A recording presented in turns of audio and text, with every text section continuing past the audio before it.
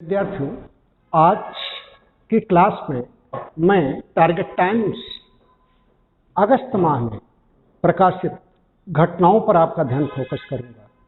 सबसे पहले मैं आपको ये बता दूं कि टारगेट टाइम्स का प्रकाशन जो प्रतिमाह एक प्रैक्टिस सेट और करंट अफेयर्स की घटनाओं के साथ किया जाता रहा है, इधर कोरोना पीरियड में इसके 3 अंक प्रकाशित नहीं हो पाए। अभी एक दिन पहले ये अगस्त का अंक प्रकाशित किया गया है।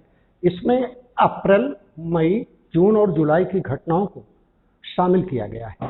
बुक स्टॉलों पर सभी देश के सभी प्रमुख बुक स्टॉलों पर, विशेषकर हिंदी भाषी क्षेत्र में आपको मिल जाएगा। आज मैं इसी पेपर के उन बिंदुओं को लेकर के डिस्कस करूंगा जो परीक्षा की दृष्टि से काफी महत्वपूर्ण है। और ये paper online target times .online पर भी आप इसे प्राप्त कर सकते हैं और टारगेट टाइम्स ऐप पर भी इसे पढ़ा भी जा सकता है, क्रय भी किया जा सकता है। तो आइए हम शुरू करते हैं। पूरा पेपर तो करवा पाना संभव नहीं है, लेकिन हम कुछ रिपोर्ट्स के बारे में सबसे पहले चर्चा करते हैं जो परीक्षा की दृष्टि से 1 या 2 प्रश्न अवश्य बनता है। तो इधर आप जैसा कि जानते हैं कि वर्ल्ड हैप्पीनेस इंडेक्स रिपोर्ट भी आ गई है और वर्ल्ड प्रेस इंडेक्स रिपोर्ट भी आ गई है। तो इसमें विश्व में पहला देश कौन है, भारत की रैंक क्या है, आजकल एक ट्रेंड बन गया है। सिविल में और पीसीएस में प्रश्न जरूर आता है। तो सबसे पहले मैं वर्ल्ड हैप्पीनेस इंडेक्स की बात करूंगा। इसे हम विश्व खुशहाली सूचकांक के नाम से भी जानते हैं। विश्व खुशहाली सूचकांक कह सकते हैं। और ये अभी हाल ही में रिपोर्ट प्रकाशित हुई है, तो इसको हम 2020 का नाम दे सकते हैं। तो वर्ल्ड हैप्पीनेस इंडेक्स, इसमें क्या पोजीशन रही है। तो सबसे पहले हम समझ लें कि ये होता क्या है। वर्ल्ड हैप्पीनेस इंडेक्स को तैयार करते समय जो एक सस्टेनेबल डेवलपमेंट सॉल्यूशन नेटवर्क नामक संस्था है, जब यह किसी देश की खुशहाली रैंक को निर्धारित करती है तो उसमें कई चीज़ों को मानक बनाया जाता है, जिसमें आय, असमानता, जीवन प्रत्याशा, भ्रष्टाचार, सामाजिक स्वतंत्रता आदि मुद्दों को शामिल किया जाता है। तो इस बार वर्ल्ड हैप्पीनेस इंडेक्स में जो पहला स्थान है वो फिनलैंड का है, दूसरे स्थान पर डेनमार्क है, तो पहले स्थान पर बच्चों क्या है, फिनलैंड है। यूरोप का एक देश है और ये हम बताते चलें कि बहुत सारी रिपोर्टों में जो सामाजिक आर्थिक मुद्दों से जुड़ी होती है उसमें फिनलैंड, नॉर्वे, स्विट्जरलैंड, डेनमार्क ये प्राय देश शीर्ष पर रहते हैं। तो इसमें फिनलैंड को पहला स्थान प्राप्त हुआ है और कह दें कि डेनमार्क इस सूची में दूसरे स्थान पर है। अब जो सबसे महत्वपूर्ण है कि जो परीक्षा का विषय बनता है कि हमारे देश की रैंक क्या है, अर्थात भारत की रैंक इसमें क्या है। तो भारत की रैंक इस सूची में 144 है। 144 भारत की रैंक है, जबकि भारत के गत वर्ष, इसके पिछले वर्ष उसकी रैंक 140 थी। इसका मतलब 4 पायदान हम और पीछे चले गए हैं। इस सूची में 153 देशों को शामिल किया गया था। 153 countries were included in the index list. और इस 153 देशों में सबसे पिछड़े देशों में अफगानिस्तान को रखा गया है। अर्थात यहाँ चाहे अशांति का कारण हो, चाहे वहाँ पर तालिबान के साथ चल रहा संघर्ष कारण हो, कुछ भी हो, लेकिन यह बात थोड़ा कम समझ में आती है कि भारत जैसे देश में, जो दुनिया का सबसे बड़ा लोकतांत्रिक देश है, जब अंतर्राष्ट्रीय रिपोर्ट जारी होती है तो मानवाधिकार की रिपोर्ट में भी, खुशहाली रैंक की रिपोर्ट में भी, हंगर इंडेक्स की रिपोर्ट में भी हम 100 के पार ही रहते हैं। तो ये 144वें स्थान पर इस बार भारत है। अर्थात 144 का मतलब 40 से और हम पिछड़ गए हैं। इसमें जो अफगानिस्तान है, अफगानिस्तान के बाद अगर हम देखें तो दक्षिणी सूडान भी एक समस्याग्रस्त देश है। दक्षिणी सूडान अफ्रीकी महाद्वीप का एक देश है उत्तरी सूडान से इसका लंबे समय से संघर्ष चल रहा है। तो इस प्रकार वर्ल्ड हैप्पीनेस इंडेक्स में भारत की 144वीं रैंक है। इसमें भारत को सुधार की आवश्यकता है। अब हम एक नया टॉपिक इसी रैंक रिपोर्ट से जुड़ा लेते हैं और वो टॉपिक है हथियारों के आयात के मामले में भारत सऊदी अरब के बाद नंबर 2 बना। ये ग्राफ में दिया गया है। हथियारों की खरीद में नंबर 2 भारत। देखते हैं, ये रिपोर्ट का मूल्यांकन किस आधार पर होता है। आज दुनिया के कई देशों में तनाव बढ़ता जा रहा है। भारत का अपने पड़ोसी देशों के साथ तनाव एक लंबे समय से चला रहा है। विशेषकर पाकिस्तान के साथ सीमा पर आतंकी घुसपैठ हो या अन्य तनावपूर्ण घटनाएं हो, समाचार की सुर्खियों में रहती हैं। इधर चीन के साथ हमारे गलवान घाटी में टकराव बढ़ा है। इन सब को देखते हुए वैसे भी भारत पिछले कई वर्षों से, पिछले 1 दशक से अपनी रक्षा संबंधी तैयारियों को मुकम्मल कर लेना चाहता है। हम अमेरिका से, इजराइल से, फ्रांस से, ये हमारे नए ऐसे देश हैं जिनके साथ हम रक्षा हथियारों को खरीद रहे हैं। पहले तो ये होता था कि हम केवल रूस से ही हथियार अधिकतर खरीदते थे और वैसे अगर हम देखें भारत के कुल हथियारों के आयात में सबसे बड़ा कंट्रीब्यूशन अगर है तो रूस का ही है। आज भी लगभग 60 से 65% भारत अपने रक्षा हथियार, जिसमें मिक्स श्रेणी के विमानों की संख्या ज़्यादा है, रूस से ही खरीदता है। तो ये देखें, एक सिपरी रिपोर्ट है स्वीडन की, स्वीडन थिंक टैंक है एक सिपरी रिपोर्ट, इसको हम कहते हैं सिपरी रिपोर्ट। ये लगभग प्रत्येक वर्ष ये रिपोर्ट आती है। तो सिपरी रिपोर्ट 2020 कहेंगे, जैसे अभी हमने इसके पहले वर्ल्ड हैप्पीनेस इंडेक्स 2020 कहा। भले इसमें आंकड़े 19 के हो, क्योंकि जब ये रिपोर्ट जारी की जाती है तो उसी वर्ष के नाम से इसको लिया जाता है। तो इस स्वीडिश संस्था सिपरी की रिपोर्ट ये विश्व के सभी प्रमुख देशों के हथियारों के उत्पादक, आयातक, निर्यातक देशों की सूची जारी करती है। तो इसमें हम देखते हैं कि सऊदी अरब आयात के दृष्टिकोण से देखें तो सऊदी अरब गल्फ कंट्रीज में ये नंबर 1 इंपोर्टर कंट्री, हथियारों का सबसे बड़ा खरीदार सऊदी अरब है। और ये सऊदी अरब सबसे अधिक हथियारों की खरीद अमेरिका से करता है। आज विश्व के बड़े देश अमेरिका, फ्रांस, इजराइल, ब्रिटेन, यहाँ पर इनकी कंपनियां बड़े लेवल पर हथियारों को उत्पादन करती हैं और उससे काफ़ी धन अर्जित करती हैं। और इस सूची में जो भारत की रैंक है वह दूसरी है। यहाँ पर दूसरी रैंक है। यहाँ बता दें कि अभी कुछ वर्ष पहले, 4 वर्ष पहले तक भारत हथियारों की खरीद में प्रथम देश हुआ करता था। कहने का मतलब है कि इसमें हमारी रैंक में बहुत ज़्यादा कम और अधिक नहीं है। अब अगर हम इसी सूची में कहें कि हथियारों के उत्पादन में प्रथम स्थान किसका है, तो हथियारों के पूरे वर्ल्ड लेवल में हथियारों के उत्पादन में पहला स्थान अमेरिका का है और यह विश्व में सबसे बड़ा निर्यातक भी है। परमाणु हथियारों पर भी अपनी एक सूची जारी की है सिपरी रिपोर्ट में। इसमें सबसे ज्यादा परमाणु हथियार उत्पादक देश या क्षमता वाले देश रूस को प्रथम और अमेरिका को द्वितीय माना गया है। और इस परमाणु हथियारों पर जारी की गई सिपरी स्टेटमेंट में या रिपोर्ट में कहा गया है कि पाकिस्तान के पास भारत की तुलना में अधिक परमाणु हथियार हैं। तो बच्चों, ये हथियार खरीद से जुड़े अन्य तथ्यों को आप पेपर से पढ़ लीजिएगा। मेरा उद्देश्य केवल इतना है कि जब पेपर आपके हाथ में लगे या आप क्रय करें, पढ़ें, तो काफ़ी चीज़ें आपके दिमाग में पहले से ही क्लियर हो जाए।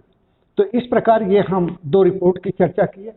अब यहाँ थोड़ा सा हम एक रिपोर्ट है इस्पात उत्पादन में, स्टील प्रोडक्शन में भारत का रिकॉर्ड क्या है।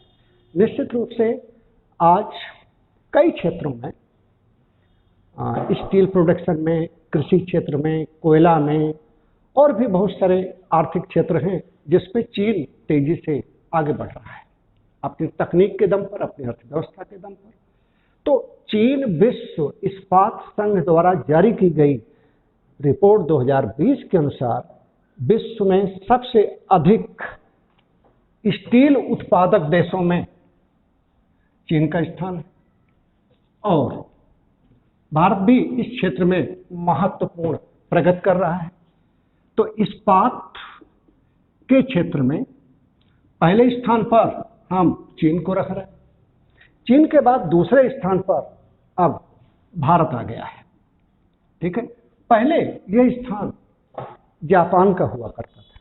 जापान को अभी हम पीछे करके और 111.2 मिलियन टन वार्षिक उत्पादन के साथ भारत विश्व में दूसरा हो गया है। तो इस रिपोर्ट के बाद ये हम 3 रिपोर्ट चर्चा किए। एक तो वर्ल्ड हैप्पीनेस इंडेक्स, उसमें भारत का स्थान 144 है। दूसरा वर्ल्ड हैप्पीनेस इंडेक्स के बाद विश्व में हथियारों की खरीद के मामले में सऊदी अरब के बाद भारत का स्थान दूसरा है। और तीसरा इस्पात में भारत का रिकॉर्ड उत्पादन बढ़ता जा रहा है। यद्यपि हम चीन से कम है किंतु जापान को हमने पीछे छोड़ दिया है। अब हम कुछ ऐसे बिंदुओं की चर्चा करते हैं जिसको एक नज़र में स्मरणीय करंट अफेयर्स के रूप में हम देते हैं। इसमें सबसे पहले हम एक और सूचकांक की चर्चा कर लें। वो सूचकांक है प्रस सूचकांक, प्रस इंडेक्स। प्रस इंडेक्स का तात्पर्य है प्रेस की स्वतंत्रता से जुड़ा हुआ तथ्य। ये किसी भी लोकतांत्रिक देश के लिए बहुत ही गंभीर विषय होता है। जब यह रैंकिंग अंतर्राष्ट्रीय स्तर पर निर्धारित होती है तो इससे उस देश की एक छवि का निर्धारण होता है और अंतर्राष्ट्रीय साख भी हमारी बनती है। तो विश्व प्रेस स्वतंत्रता सूचकांक में जो पहले स्थान पर देश है वो नॉर्वे है।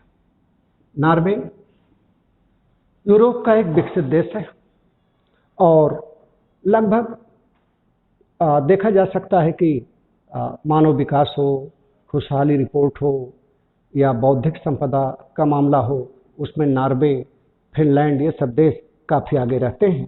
इसमें नॉर्वे पहले स्थान पर है और फिनलैंड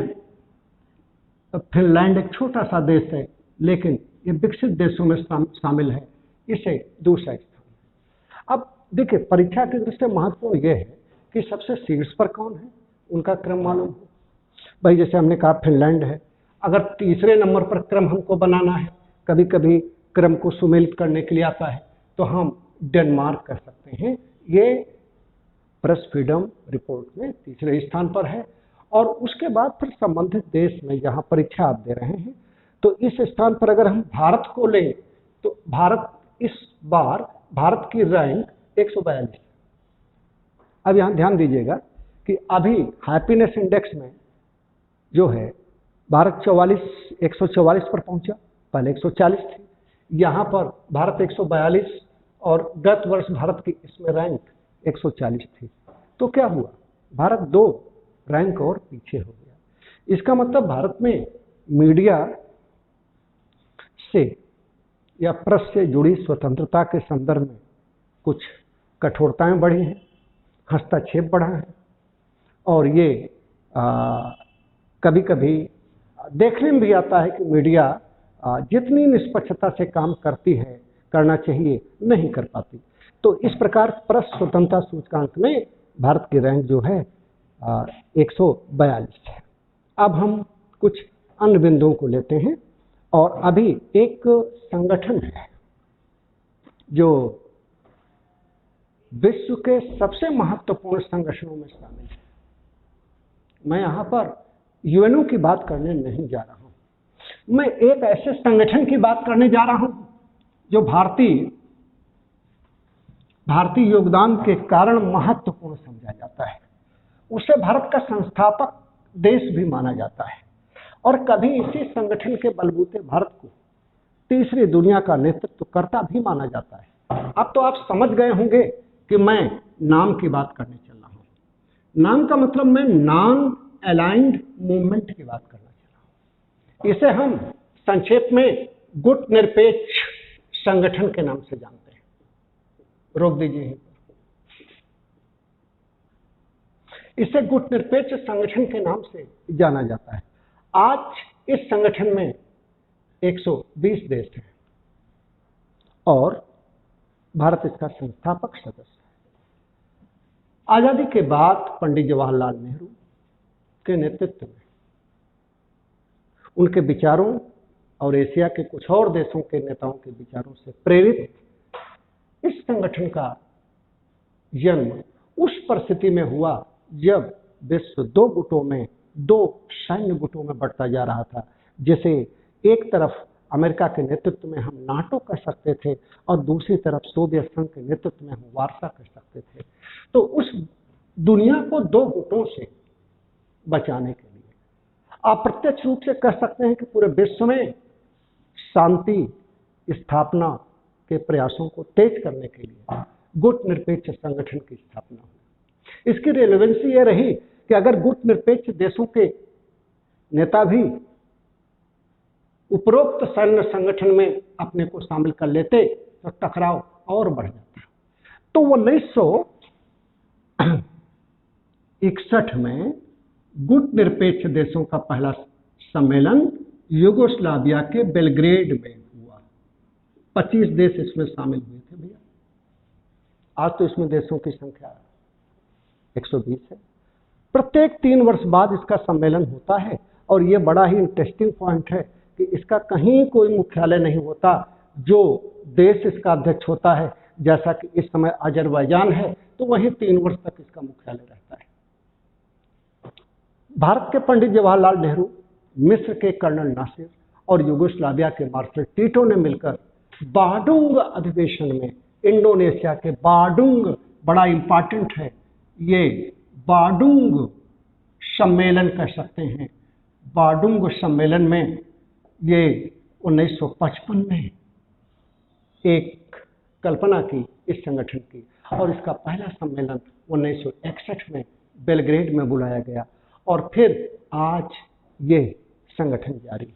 ये बात अलग है कि शीत युद्ध समाप्त हो जाने के बाद 1990 के बाद जब शीत युद्ध का दौर लगभग अप्रभावशाली रह गया और इधर रूस ने अपना वार्सा संगठन भी विकसित कर दिया और केवल नाटो रह गया, तो ऐसी परिस्थिति में भले ही नाम कम हो गया हो और इसलिए भी कि विगत कुछ वर्षों से गुट निरपेक्ष देशों के बैठकों में हमारे देश के नेतृत्वकर्ता, हमारे देश के प्रधानमंत्री इन गुट निरपेक्ष संगठनों में प्रत्यक्ष भागीदारी नहीं की है। कई कारण हो सकते हैं। इससे भी समीक्षकों का यह ध्यान गया कि लगता है कि भारत भी अब गुट निरपेक्ष संगठन से अपने को दूरी बना रहा है। हो सकता है और नहीं भी हो सकता। आज बदलती हुई विश्व व्यवस्था और ध्रुवीकरण की ओर बढ़ रही विश्व बिरादरी में भारत को भी अपने हितों की रक्षा करना है, इसलिए प्राथमिकताएं बदलती रहती हैं। लेकिन जब हम यहाँ नाम की बात कर रहे हैं तो यहाँ जो प्रश्न है हमारा वो है गुट निरपेक्ष सम्मेलन, वो भी कोविड-19 के दौर में।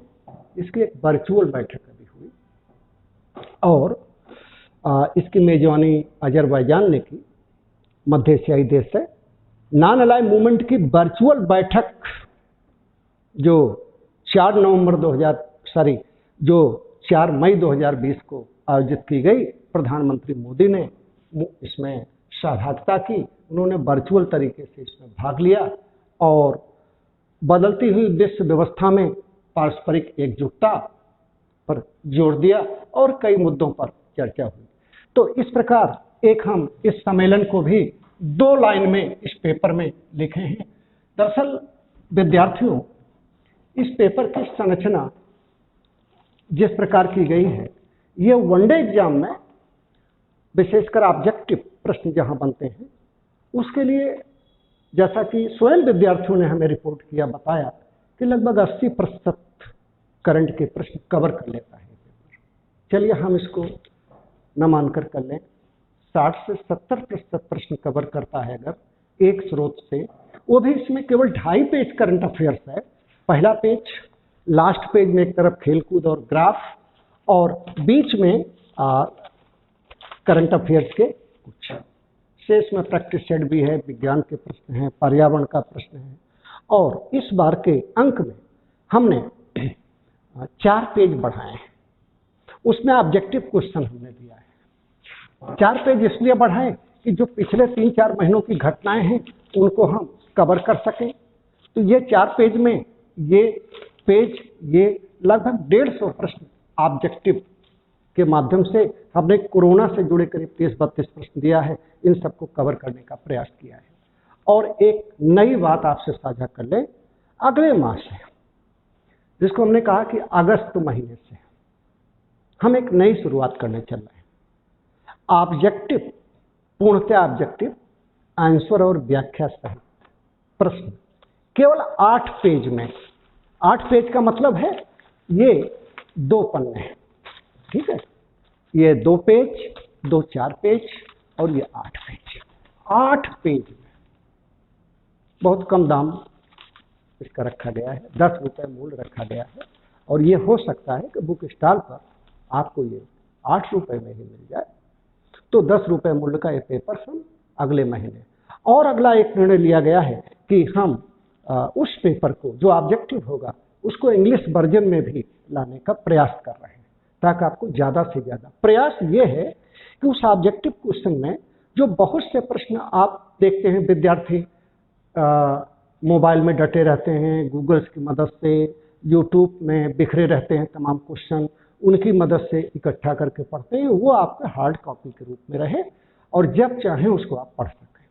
अब हम थोड़ा सा 2-4 प्रश्नों को और लेते हैं।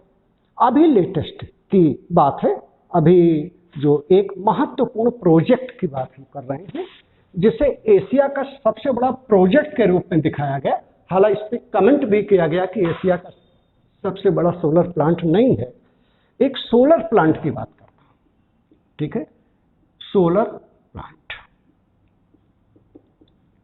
इस प्लांट का उद्घाटन, हालांकि अब पहले से ही कार्यरत था, इसका उद्घाटन अभी हाल ही में प्रधानमंत्री द्वारा 10 जुलाई को किया गया। ये सोलर प्लांट सौर ऊर्जा को बढ़ावा देने की दृष्टि से काफी महत्वपूर्ण माना जा रहा है और इसकी कुल ऊर्जा उत्पादन का एक बड़ा हिस्सा दिल्ली मेट्रो के साथ करार हुआ है। तो ये सोलर प्लांट मध्य प्रदेश के रीवा जिले की गुढ़ तहसील में स्थित है और यह 1590 एकड़ में स्थित है और यह 750 मेगावाट की परियोजना है। यह परियोजना एक क्रांतिकारी सिद्ध हो गई। तो इस प्रकार हम अगर और प्रश्नों को लें तो बहुत सारे प्रश्न बन जाते हैं, जिसमें हम आज एक चर्चित व्यक्ति में एक प्रश्न अवश्य कराना चाहेंगे और वो है संयुक्त राष्ट्र संघ में भारत के स्थायी सदस्य कौन बने हैं। तो टीएस तिरुमूर्ति बड़े अनुभवी विदेश सेवा के अधिकारी हैं और इन्होंने एक बड़े ही कुशल वक्ता सैयद अकबरुद्दीन का स्थान लिया है। प्रत्येक देश का संयुक्त राष्ट्र संघ में अपना एक प्रतिनिधि होता है जो अपने देश की बातों को रखता है, उसे स्थायी प्रतिनिधि के नाम से जानते हैं। तो संयुक्त राष्ट्र संघ यूएनओ में अब प्रवक्ता के रूप में भारत के पक्ष रखने के रूप में टीएस तिरुमूर्ति आपको टेलीविजन पर दिखाई देंगे। 193 सदस्यों वाले इस संयुक्त राष्ट्र संघ का भारत एक संस्थापक सदस्य है और आज इसका महत्वपूर्ण शाख है संयुक्त राष्ट्र संघ में। तो इसके टीएस तिरुमूर्ति को इसका स्थायी सदस्य बनाया गया है। आज की क्लास में हम करंट अफेयर्स के इन्हीं मुद्दों के साथ समाप्त करते हैं। अगली क्लास में फिर कुछ हम करंट से जुड़े हुए टॉपिक्स को, मुद्दे को चर्चा में लाएंगे।